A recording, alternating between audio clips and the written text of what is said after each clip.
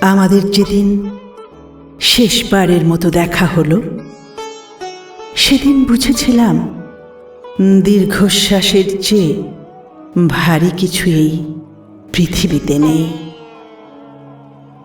আমাদের যেদিন শেষবার কথা হয়, সেদিন বুঝেছিলাম চুপ করে থাকা কতটা কষ্টের।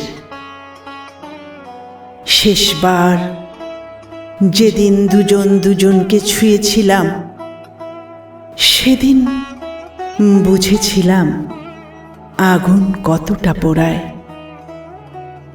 শেষবার যেদিন দুজন মুখ ফিরিয়ে চলে গিয়েছিলাম, সেদিন বুঝেছিলাম প্রস্থান কতটা কঠিন।